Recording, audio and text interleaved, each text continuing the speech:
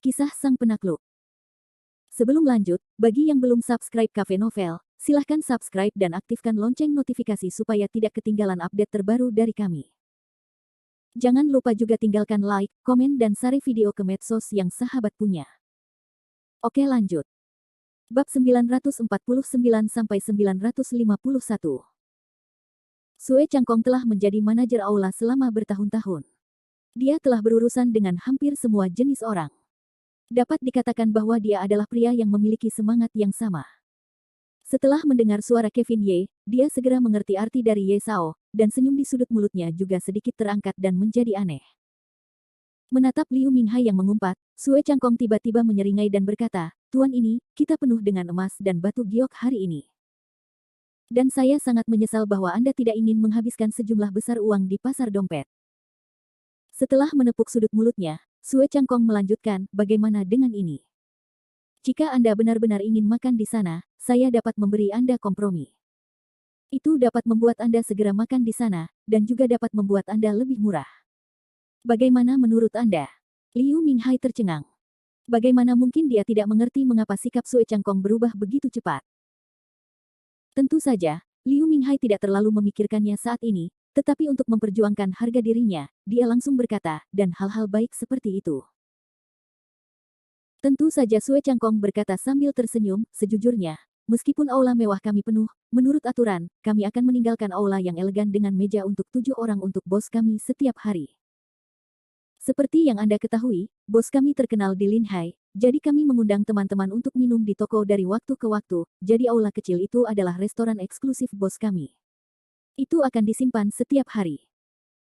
Tetapi kebetulan bos kami tidak berencana untuk datang ke toko hari ini, jadi sebagai manajer, saya dapat membuat pengecualian untuk Anda dan membiarkan Anda pergi ke restoran eksklusif bos kami terlebih dahulu. Tentu saja, restoran eksklusif bos kami tidak pernah dialihdayakan, jadi harganya tentu saja akan sedikit lebih tinggi." Mendengar penjelasan Sue Changkong, Liu Minghai langsung bersemangat. Lagi pula, jika bisa menghabiskan uang untuk makan di restoran eksklusif milik bos mereka, bisa mendapatkan sedikit muka. Liu Minghai sekali lagi mengangkat kepalanya tinggi-tinggi, "Sudah kubilang begitu, harga tidak masalah, kamu tinggal buka mulut saja." Sue Changkong tersenyum sinis, "Karena tuan ini berkata begitu, aku lega. Baiklah, kupikir kalian berdua adalah murid dan guru. Aku ingin memberimu diskon. Restoran bosku selalu memiliki spesifikasi tinggi, dan hampir semua hidangan dimulai dari 1 juta. Ditambah semua jenis biaya layanan, aku akan menagihmu 20 juta saja. Bagaimana, Tuan?" Sue Changkong ini jelas-jelas berada di lubang Liu Minghai, lagi pula, bahkan jika itu adalah 100 juta meja, itu bukan 20 juta ini adalah soal matematika siswa sekolah dasar. Tiba-tiba Liu Minghai merasa IQ-nya dihina lagi. Dengan giginya yang gemeretak, Liu Minghai berkata, "Sialan, bisakah kau menghitung? 7 meja, 1 juta untuk setiap meja, di mana 20 juta? Kau seorang ayah yang suka mengadu domba." Sue Changkong tidak marah dan berkata sambil tersenyum, "Tuan ini, tolong jangan meragukan kemampuan matematika saya. Tetapi saya tidak memasukkan biaya layanan untuk setiap meja. Restoran eksklusif bos saya tidak untuk dinikmati semua orang. Perlakuan khusus tentu saja membutuhkan harga khusus, yang sangat konsisten dengan hukum ekonomi, bukan? Tentu saja, jika Anda tidak mampu membayarnya, harap tunggu dengan sabar. Kami penuh dengan emas dan batu giok. Kami adalah yang paling jujur dalam bisnis kami. Kami tidak pernah mencoba membeli dan menjual dengan paksa." Sue Changkong adalah orang yang paling berpengalaman untuk berurusan dengan Liu Minghai. Saudara-saudara muda ini tidak takut pada apapun. Mereka takut orang lain akan menguliti wajahnya. Inilah sebabnya mengapa Sue Changkong menggunakan metode dorongan. Di permukaan, Sue Changkong bersikap ramah kepada Liu Minghai, tetapi sebenarnya, setiap kalimat Sue Changkong adalah jarum yang tersembunyi dalam seutas benang, yang menusuk hati Liu Minghai. Dan setelah mengatakan itu, Sue Changkong tidak berniat untuk memperhatikan Liu Minghai lagi, tetapi berbalik untuk berjalan menuju aula yang penuh dengan emas dan batu giok. Di pantai Liuming, kerumunan penonton, yang juga sedang menunggu makan malam, berbisik lagi. "Potong, jika kamu tidak punya uang, jangan pura-pura dipaksa. Itu memalukan. Itu benar. Itu lelucon untuk mengatakan bahwa kamu harus menyewa banyak emas dan batu giok sekaligus, dan mengatakan bahwa selama harganya tidak menjadi masalah, itu benar-benar menggelikan. Kupikir dia orang kaya. Dia terengah-engah. Dia juga pecundang miskin yang pura-pura dipaksa. Belum lagi kerumunan yang menonton kerumunan, bahkan seluruh kelas 11 SMA di belakang Liu Minghai juga mencibir perilaku Liu Minghai satu persatu. Lebih banyak anak laki-laki yang tidak marah bergumam, memalukan, pantas saja. Kata-kata yang membingungkan ini sampai ke telinga Liu Minghai, yang membuat wajah Liu Minghai sangat jelek. Bahkan tangan Liu Minghai mulai gemetar dan gemetar. Liu Minghai terkadang tidak bisa berhenti merasa bahwa Lin Hai tidak melawan dirinya sendiri. Sejak saya datang ke tempat ini, saya telah didiskriminasi oleh orang-orang di mana-mana. Tuan Muda Liu, yang dulunya adalah seorang master di ibu kota kekaisaran, sekarang dibenci oleh manajer lobi sebuah hotel. Liu Minghai tidak bisa menelannya. Saya tidak tahu apakah itu pusing sejenak atau apa. Mulut Liu Minghai yang gemetar terbuka sedikit, dan tiba-tiba berteriak pada Sue Changkong, yang telah memasuki aula emas dan giok, dan berkata, berhenti, kamu berhenti untukku. Brengsek, siapa bilang tuan muda ini tidak punya uang? Bukankah hanya 20 juta yuan? Aku tidak punya banyak lagi, hanya banyak uang. Setelah mengucapkan kata-kata ini, Liu Minghai melangkah maju berturut-turut, mengeluarkan sebuah kartu emas dari tubuhnya, melemparkannya ke depan Sue Changkong, dan sekali lagi mengangkat kepalanya tinggi-tinggi dan berkata, gesek kartu itu. Perubahan mendadak ini membuat semua penonton tidak menyangka. Pada saat ini, puluhan pasang mata menatap Liu Minghai dan kartu emas di tangannya. Namun, Sue Changkong hanya tersenyum dan siap meraih kartu emas di tangan Liu Minghai. Di antara kerumunan, Selin Gao tidak dapat melihatnya lagi. Dia buru-buru melangkah maju untuk menghentikannya dan berkata, Nona Liu, apakah ini hanya makan? Tidak layak menghabiskan 20 juta sekaligus. Lupakan saja. Lupakan saja. Jika Anda tidak bisa makan hari ini, Anda akan kembali lain kali. Selin Gao adalah orang yang tulus, melihat Liu Minghai marah, ingin menggesek kartu, segera berhenti. Bagaimanapun, Selin Gao bukanlah Liu Minghai. Di mata seorang guru seperti Selin Gao, 20 juta yuan adalah angka astronomi. Jika Anda makan 20 juta yuan untuk sekali makan, itu bukanlah kejahatan besar. Namun, Liu Minghai adalah ahli kegilaan pribadi. Selin Gao tidak ingin membujuknya, tetapi Liu Minghai lebih bersemangat.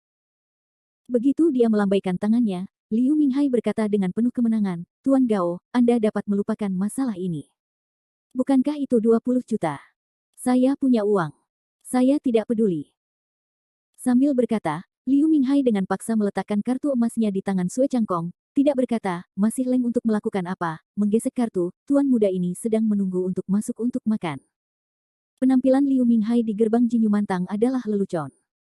Tidak peduli Selin Gao atau siswa kelas 11 di senior 3 merasa tidak tahu malu ketika Liu Minghai membuat keributan seperti itu. Tetapi saat ini, Liu Minghai tampaknya telah melupakan sebuah kebenaran, yaitu rahasia uang.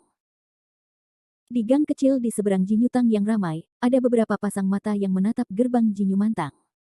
Mata mereka tajam dan mulut mereka penuh dengan tawa. Hei, 20 juta untuk sekali makan, Lao Yang, sepertinya wajah putih kecil ini sangat kaya. Senang punya uang. Memiliki uang adalah hal yang luar biasa. Pria gemuk, sepertinya pisau pertama kita ke laut sudah siap. Hehe, pria emas dan giok, wajah putih kecil, tampaknya kaya dan kaya. Malam ini, kita akan memberi mereka kesempatan sekali seumur hidup untuk memulai kesempatan pertama kita di laut. Pria gemuk, mari kita persiapkan. Malam ini adalah makanan besar. Kita harus menikmatinya dengan baik. Hehe, oke. Bab 950. Setelah membayar 20 juta yuan, Liu Minghai akhirnya berhasil berpura-pura dipaksa untuk berhasil. Dia membawa Selin Gao dan para siswa dari kelas 11 senior 3 ke aula biru. Tetapi Liu Minghai tidak tahu bahwa aula biru awalnya disediakan untuk pesta makan malam kelas 11 senior 3. Dia menghabiskan 20 juta yuan dengan sia-sia untuk tiket masuk. Jika Liu Minghai tahu, dia akan marah. Tetapi meskipun begitu, sikat Liu Minghai dari 20 juta, sudah cukup untuk membuat giginya gatal. Saat dia berjalan ke istana emas dan giok, Liu Minghai berkata dengan kebencian di dalam hatinya, 20 juta, berani menipu uang tuan mudaku. Kamu tunggu aku. Tuan muda ini akan menebusnya. Kevin Ye mengikuti orang banyak, menatap Liu Minghai tidak jauh di depannya, sambil menunjukkan senyum pencuri di wajahnya. Diam tentang pendapatan 20 juta, ditempatkan di siapa, juga dalam suasana hati yang baik. Berdiri di samping Kevin Ye, Mia Fang hari ini mengenakan gaun biru muda dan rok pendek, yang membuatnya menonjol dari kerumunan. Memegang lengan Kevin Ye dengan lembut, mata Mia Fang menyapu wajah Kevin Ye dan bercanda, "Suamiku, kamu sangat bahagia. Kamu telah menghasilkan 20 juta yuan dari pria menjijikkan Liu Minghai. Hei, sepertinya beberapa orang akan mentraktir lagi." Dengan senyum buruk, Kevin Ye mengulurkan tangan dan mencubit pinggang ramping Mia Fang, yang membuat wajah cantik Mia Fang memerah. "Berani menggoda suamimu dan aku, gadis kecilmu semakin berani. Bagaimana aku bisa menghukummu?" Mata Mia Fang berputar dan berair. Dia berkata dengan senyum malu-malu, "Kalau begitu kamu akan menghukumku karena menonton film bersamamu di malam hari." Saat dia mengatakan ini, ekspresi Mia Fang mulai menggeliat, dan suaranya menjadi semakin malu, "Suamiku, aku sudah membuat perjanjian dengan keluargaku hari ini, dan aku tidak akan kembali malam ini." Mia Fang berkata, pertama dengan melirik sikap Kevin Ye, dan kemudian benar-benar tertekan, tidak berani menatap mata Kevin Ye. Jelas, kata-kata Mia Fang bermakna. Seorang gadis berkata kepada seorang anak laki-laki tanpa malu-malu bahwa dia tidak akan kembali malam ini. "Aku pikir setiap anak laki-laki dapat memahami makna yang dalam." Kevin Ye secara alami jelas. Sudut mulutnya tiba-tiba terangkat, dan senyum buruk tergantung di wajahnya, tetapi dia tidak berbicara. Keheningan seperti itu membuat Mia Fang semakin malu. Dia melihat sekeliling secara diam-diam tanpa sadar, seperti anak kecil yang telah melakukan beberapa kesalahan. Bagaimanapun, cukup memalukan bagi seorang gadis untuk meminta tempat tidur. Namun, undangan Mia Fang kali ini bukan tanpa tujuan, tetapi setelah pertimbangan yang matang dalam waktu yang lama. Awalnya, Mia Fang berharap bisa menyelamatkan momen berharganya di malam pernikahan. Namun, dengan semakin baiknya Kevin Ye, semakin banyak gadis di sekitarnya, dan kegelisahan serta keresahan Mia Fang pun semakin terlihat jelas. Jadi Mia Fang tidak bisa menunggu lebih lama lagi, dan dia tidak ingin orang lain mendahuluinya. Dia harus melakukan sesuatu terlebih dahulu. Namun, Mia Fang tidak tahu bahwa sudah terlambat baginya untuk memulai lebih dulu. Saat kerumunan orang menyerbu ke dalam istana, Mia Fang memeluk Kevin Ye dengan penuh kasih sayang. Kelihatannya dia sedang bersumpah demi kedaulatan. Meskipun interaksi intim Kevin Ye dan Mia Fang sangat halus, namun tetap saja jatuh di mata banyak orang yang tertarik padanya. Di antaranya adalah Mia Nangong dan Nindi Sue. Meskipun tidak tahu apa yang sedang dibicarakan Mia Fang dan Kevin Ye, Mia Nangong tanpa sadar mendengus, dengan wajah tampan dan ekspresi tidak senang. Adapun Nindi Sue, dia juga seorang yang suka bicara omong kosong, tetapi dia tidak punya cara. Siapa yang membiarkan Mia Fang menjadi tunangan Kevin Ye secara diam-diam? Saat Mia Nangong berjalan, dia menyodok Nindi Sue di dekatnya dan bertanya dengan suara rendah, "Sepupu, apa yang kamu katakan?" Sehingga Mia Fang dan Kevin Ye bergumam. Nindi Sue segera memutihkan Mia Nangong dan berkata, "Bagaimana aku tahu?" Mia Nangong melanjutkan, "Aku benar-benar tidak tahu apa yang baik tentang Fang Miaoye. Aku tidak seburuk dia dalam hal penampilan. Jika kamu ingin memiliki dada dan bokong, bagaimana Kevin Ye bisa menyukainya?" Mia Nangong mewarisi karakteristik Frederick Nangong. Ketika dia berbicara, dia selalu begitu lugas dan lugas sampai batas tertentu vulgar. Nindi Sue terlalu sibuk untuk melihat Mia Nangong dan berkata, "Miau-miau, apa omong kosong gadis-gadis? Apa dadamu? Apa rasa malumu?"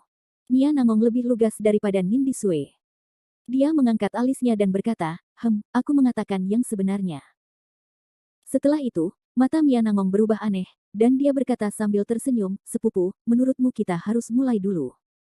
Aku tidak percaya bahwa saudara perempuan kita tidak dapat bersaing dengan seorang Fang Mia."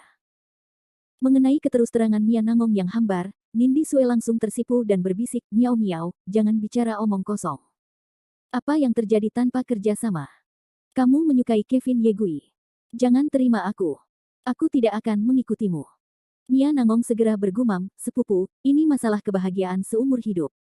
Kenapa kamu hanya bersikap seperti ini? Beraninya kamu mengatakan kamu tidak menyukai Kevin Ye. Aku." Atas pertanyaan Mia Nangong, Nindi Sue malu untuk menjawab, tetapi dia tidak ingin menyangkal perasaannya yang tidak dapat dijelaskan terhadap Kevin Ye. Akhirnya, Nindi Sue menoleh dan mengabaikan sepupunya yang jujur. Namun, percakapan antara Mia Nangong dan Nindi Sue tampaknya tidak diperhatikan, tetapi dua orang mendengarkannya dengan jelas dan bahagia. Kedua orang ini bukanlah orang lain. Mereka adalah Lin Sailing yang berdiri di depan kerumunan dan Claire Lan yang berdiri di belakang kerumunan. Kedua orang ini telah dibuka segelnya, dan mereka adalah Miao Song, Nindi Sue dan Mia Nangong. Identitas mereka sangat jelas. Jadi ketika mereka mendengar percakapan mereka, mereka hampir menahan senyum di hati mereka. Khususnya, Lin Sailing langsung menggunakan suaranya kepada Kevin Ye dan bercanda, pasang surut, sepertinya kalian sangat sibuk malam ini. Mia Fang, Mia Nangong, Nindi Sue, satu mengundang ranjang, dua cemburu. Aku pikir kalian akan lelah malam ini dan menyegel mereka bertiga. Hei, sangat bagus untuk memiliki 3 bidikan. Namun, Lin Sailing tidak menyangka bahwa serangan balik bahasa bibir Kevin Ye segera datang, 1 bidikan dan 3 bidikan membosankan, atau aku akan sedikit lelah, dan aku akan memiliki 5 bidikan dalam 1 bidikan, dan aku tidak perlu khawatir tentang kamu dan 2 gadis kecil yang menonton pada saat yang sama. Wajah cantik Lin Sailing segera memerah, meludah, bah, dasar telur nakal. Bab 951. Meskipun sangat disayangkan cara Liu Minghai menghabiskan uang secara berlebihan, tampaknya semua orang di kelas 11 SMA segera melupakannya. Bagaimanapun, uang yang dihabiskan bukanlah miliknya sendiri, jadi orang besar itu tidak peduli. Seluruh aula biru yang beranggotakan 6 atau 7 orang, tidak lama kemudian menjadi ramai. Bagaimanapun, kebanyakan dari mereka adalah siswa dan berasal dari kelas yang sama, jadi suasananya lebih aktif. Di aula biru, menghadapi hidangan lezat di meja ini, mereka semua mulai minum. Namun saat ini, seluruh pola tempat duduk aula biru cukup aneh. Selin Gao sedang duduk di meja dengan sekelompok guru dari kelas 11 senior 3, yang tentu saja termasuk Liu Minghai, guru sejarah baru kelas 11. Dan siswa lainnya hampir terpisah antara pria dan wanita, 3 meja untuk pria dan 2 meja untuk wanita, yang tidak mengherankan. Saya khawatir meja paling istimewa di aula biru adalah meja Kevin Ye. Kevin Ye adalah pria di seluruh meja, dan sisanya adalah wanita. Di antara mereka, Mia Fang dan Lin Sailing duduk di sekitar Kevin Ye, diikuti oleh Nindi Sue, Mia Nangong, dan Lana Qin. Bahkan Claire Lan duduk dengan tenang di meja Kevin Ye. Ditambah dengan Zhang Qianyu, Kevin Ye saat ini hampir dikelilingi oleh sekelompok wanita cantik, yang sangat tiba-tiba. Kursi seperti ini tidak terlihat apa-apa, tetapi sangat menakutkan untuk dipikirkan. Dengan menghitung dengan cermat, sisi Kevin Ye hampir dikelilingi oleh lebih dari setengah bunga sekolah di sekolah menengah pertama Lin Hai No. 1. Daya tariknya benar-benar menakutkan dan membingungkan. Tentu saja, anak laki-laki di kelas 11 dari 3 senior sudah terbiasa dengannya. Di aula biru ini, hanya ada satu orang yang lebih tidak senang dengan Kevin Ye. Orang itu tidak lain adalah Liu Minghai.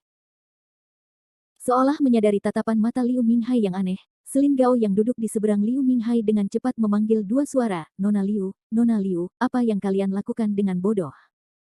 Cepat makan sayurnya, atau sayurnya tidak akan enak jika dingin. Saat dia mengatakan ini, Selin Gao menoleh lagi dan berkata kepada guru sejarahnya yang lebih tua, jangan bahas itu. Kerajinan itu sangat bagus. Benar sekali. Kalau tidak, bagaimana mungkin itu begitu populer di Lin Hai? Kita semua berutang kepada Tuan Gao hari ini. Ayo, mari kita bersulang untuk Nona Gao. Entah siapa yang mengusulkannya. Hampir semua guru berdiri dan bersulang untuk Selin Gao. Di sisi lain, anak laki-laki di kelas 11 dari 3 senior tampaknya mulai aktif. Sekelompok anak laki-laki langsung membunuh Kevin Ye di bawah pimpinan Qilong. Qilong dan Kevin Ye memiliki hubungan yang cukup baik. Ketika mereka pergi ke Nanhai untuk liburan, mereka tinggal di kamar yang sama, jadi alam lebih dekat. Qilong memimpin lebih dari 10 anak laki-laki untuk membunuh Kevin Ye. Ye Shuai, aku datang untuk bersulang. Haha. Qilong adalah orang yang jujur, tanpa keterampilan apapun, bersulang bahkan kata-kata bersulang pun tidak ada artinya. Kevin Ye tidak menghindar dan berdiri dengan gembira. Dapat dikatakan bahwa di depan para siswa ini, Kevin Ye hampir tidak disambut. Lebih dari selusin anak laki-laki bersulang secara bergantian. Kevin Ye selalu melakukannya terlebih dahulu. Ye Shuai, aku ingin bersulang lagi untukmu. Melihat Kevin Ye begitu terus terang, anak-anak laki-laki itu tidak mau kalah.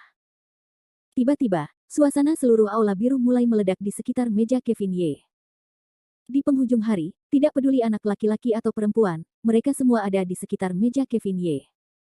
Semua orang bergiliran bersulang untuk Kevin Ye. Melihat ini, Selin Gao bangkit untuk berteriak. Bagaimanapun, semua orang adalah siswa. Tidak masalah jika Anda minum sedikit, tetapi tidak baik jika Anda mabuk. Namun, sosok Selin Gao ditarik oleh guru sejarah di sekitarnya. Dia melihat guru sejarah itu dan berkata, "Nona Gao, lupakan saja, lupakan saja. Jika anak-anak senang sesekali, jangan ganggu minat mereka. Ayo, mari kita minum milik kita." Dihalangi oleh guru sejarah, Selin Gao tidak punya pilihan selain duduk. Namun, pemandangan di aula biru akan membuat udara laut Liu Ming setengah mati. Liu Minghai sangat ingin memuntahkan darah tua di layar. Giginya gatal di hatinya, dan dia berkata, "Sialan, kalian makan dari dalam keluar. Apakah kalian salah? Makanan ini dibayar oleh Laozi. Kalian datang hanya untuk memuja Laozi dan membalikkan ras yang murahan. Aku benar-benar kesal." Mengatakan bahwa Liu Minghai tidak memuntahkan darah saat ini, itu salah. Bagaimanapun, dia menghabiskan 20 juta yuan, tetapi dia masih tidak bisa mendapatkan reputasi yang baik. Siapa yang akan marah tentang ini? Namun, faktanya sangat kejam. Setelah insiden pengawasan dan insiden pacaran, Liu Minghai hampir tidak memiliki hak asasi manusia dan hak bicara di SMP No. 1 Linhai. Belum lagi para siswa di kelas 11 SMA, bahkan para guru itu tidak ingin melihatnya. Jika Anda tidak tahu bahwa Liu Minghai memiliki latar belakang yang dalam, saya khawatir para guru ini akan mencibirnya. Tetapi saat ini, Liu Minghai melihat bahwa Kevin Ye sangat populer. Semakin dia melihat, semakin marah dia, dan semakin dia merasakan darahnya mengalir deras. Dia menggertakkan giginya dan memutar matanya, memikirkan ide-ide buruk. Saat ini, Liu Minghai hanya memiliki satu masalah untuk dipertimbangkan dalam benaknya, yaitu, bagaimana cara merebut pusat perhatiannya sendiri dari Kevin Ye. Dengan kata lain, itu adalah untuk menghilangkan rasa keberadaan. Setelah berpikir lama, Liu Minghai punya ide cemerlang. Setelah tersenyum dingin, Liu Minghai diam-diam mengeluarkan ponselnya, lalu diam-diam mengirim pesan. Pesan ini tidak dikirim ke orang lain, tetapi ke kapten penjaga Donglin yang selama ini tinggal di Linhai untuk melindungi Liu Minghai. Setelah berita itu dikirim, ekspresi wajah Liu Minghai langsung berubah. Dia menjadi bersemangat dan penuh harap. Matanya sesekali melirik ke arah pintu aula biru, seolah menunggu kesempatan untuk tampil sendiri. Setelah 3 putaran anggur dan 5 rasa makanan, suasana seluruh aula biru masih terasa tinggi. Ketika Selin Gao dan sekelompok guru menjaga bibir dan gigi mereka tetap harum dan menikmati hidangan yang lezat dan lezat itu. Terdengar suara keras di luar aula biru. "Maaf, Tuan. Orang-orang di dalamnya sedang makan.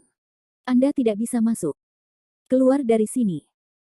Setelah ledakan tabrakan, gerbang aula biru tiba-tiba mengeluarkan suara keras, dan semua orang di aula terkejut. Semua orang saling memandang dan melihat gerbang emas dan tembaga aula biru itu terbuka dengan kasar. Kemudian seorang sosok berjanggut besar dan seorang sosok gemuk pendek, dipimpin oleh 20 atau 30 orang, bergegas masuk.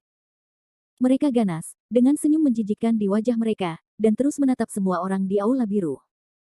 Adapun Liu Minghai, dia tertegun pada awalnya, lalu dia menyeringai dan mengusap kepalan tangan dan telapak tangannya. Dia berkata dengan gembira dalam hatinya, "Hei, Lin Mang benar-benar dapat diandalkan dalam pekerjaannya. Aku tidak menyangka akan mengumpulkan semua tangannya secepat ini. Namun, orang-orang ini berpakaian sangat bagus sehingga aku akan memberi hadiah kepada Lin Mang setelah aku kembali." Memikirkannya, Liu Minghai menjadi bersemangat, "Hei, kesempatan tuan muda ini untuk tampil akhirnya tiba."